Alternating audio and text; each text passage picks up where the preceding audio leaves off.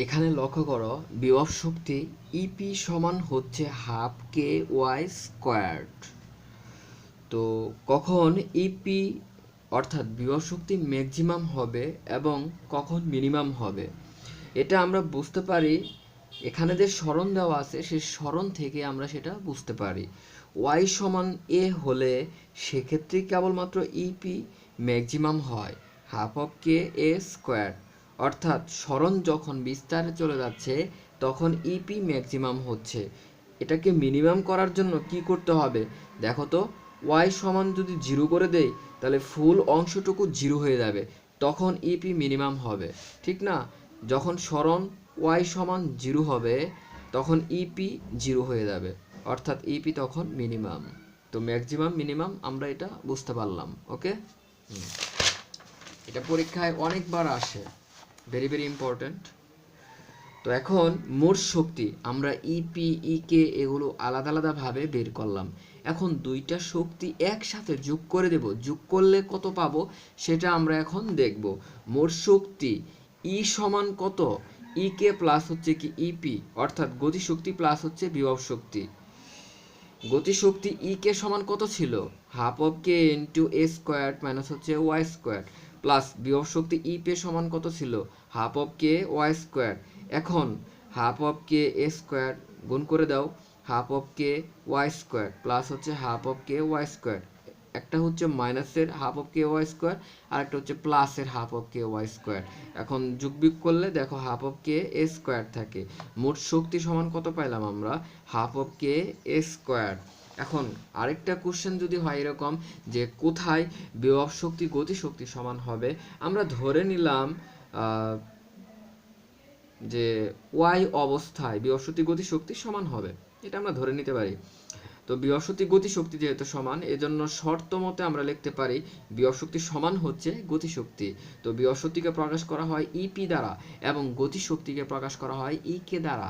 E P সমান আমরা কি জানি, half of K Y squared, আর গতিশক্তি ই কে সমান কি জানি, half of K into A square minus হচ্ছে ওয়াই স্কোয়ার। এখন হাফকে উভয় সাইড থেকে কাটাকাটি যায়, তো ওয়াই স্কোয়ার সমান কত থাকলো, এ স্কোয়ার মাইনাস হচ্ছে ওয়াই স্কোয়ার। ওয়াই স্কোয়ার সমান হচ্ছে এ স্কোয়ার মাইনাস ওয়াই স্কোয়ার। এখন এই মাইনাস ওয়াই স্কোয়ারকে আমরা ইকুয়ালের বাম সাইডে নিয়ে আসবো। বাম সাইডে নিয়ে আসলে কি হবে, y square plus y square অর্থাৎ টু ওয়াই স্কোয়ার সমান হবে কত, এ স্কোয়ার। তাহলে ওয়াই সমান কত লেখা যাচ্ছে, এটাকে বর্গমূল করে দিব যেহেতু ওয়াইয়ের মান বের করবো। এ স্কোয়ারে বর্গমূল করলে এ হবে, আর টুর বর্গমূল করলে কত হবে, রুট টু। তার মানে y equal to a by root two অবস্থানে বিভব শক্তি এবং গতি শক্তি সমান হবে। বিষয়টা ক্লিয়ার? আশা করছি ক্লিয়ার। ওকে, এখন যে কোশ্চেন সলভ করব সেটা হচ্ছে, কোশ্চেনটা হচ্ছে এরকম, বিস্তারের অর্ধেক সরণে গতিশক্তি এবং বিভব শক্তি এর অনুপাত কত।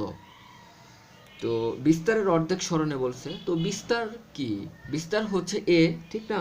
আর অর্ধেক সরণ, অর্ধেক মানে কত, অর্ধেক মানে হচ্ছে হাফ, ঠিক না? অর্ধেক মানে হচ্ছে হাফ, অর্ধেক মানে হচ্ছে হাফ। তো সরণকে আমরা ওয়াই অথবা এক্স দিয়ে প্রকাশ করি, ওয়াই দিয়ে প্রকাশ করলাম আমরা, ঠিক আছে? তো ওয়াই সমান কত লিখতে পারি, ওয়াই সমান তখন লিখতে পারি হাফ এ, ঠিক আছে না? তার মানে হচ্ছে ওয়াই সমান হচ্ছে এ বাই টু, বিস্তারের অর্ধেক সরণে, তার মানে বিস্তারের অর্ধেক, তার মানে এর অর্ধেক, অর্ধেক হাফ এ, ঠিক আছে? এ বাই টু, এই বিস্তারের অর্ধেক সরণে হচ্ছে ওয়াই সমান হচ্ছে এ বাই টু। এই অর্ধেক সরণে ই কে এবং ইপি এর অনুপাত বের করো।